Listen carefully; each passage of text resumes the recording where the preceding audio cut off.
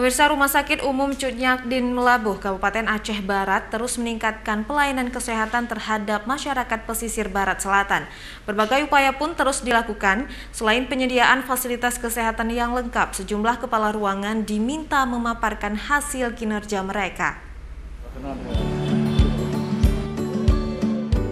Rumah Sakit Umum Cut Nyak-Dien Melabuh, Kabupaten Aceh Barat terus melakukan perbaikan dan berbenah untuk meningkatkan kualitas pelayanan kesehatan kepada masyarakat. Rumah sakit yang telah berstatus B ini kini mulai mengoptimalkan untuk menyediakan berbagai fasilitas kesehatan untuk masyarakat seperti pelayanan cuci darah untuk pasien gagal ginjal.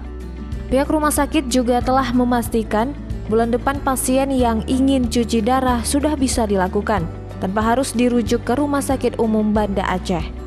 Sebelumnya, ruang hemodialisa atau cuci darah sempat terhenti akibat kekurangan cairan asid konsentrat yang biasa digunakan untuk pasien gagal ginjal. Selain itu, bagi pasien yang memerlukan darah, Rumah Sakit Cut Nyak-Dien Melabuh juga telah memiliki stok darah dan kantong darah yang cukup. Di PJP ada beberapa yang ada peningkatan.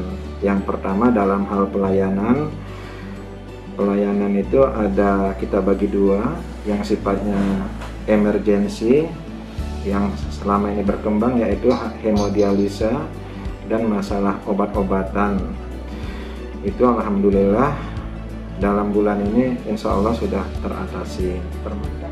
Sejumlah kepala ruangan yang bertugas di rumah sakit tersebut juga diminta memaparkan hasil kinerjanya selama ini, dengan harapan ke depan menjadi acuan dan evaluasi kinerja dan meningkatkan kreativitas serta motivasi bagi kepala ruangan yang bertugas sesuai fungsinya sebagai leadership. Dari Kabupaten Aceh Barat, Afsah iNews melaporkan.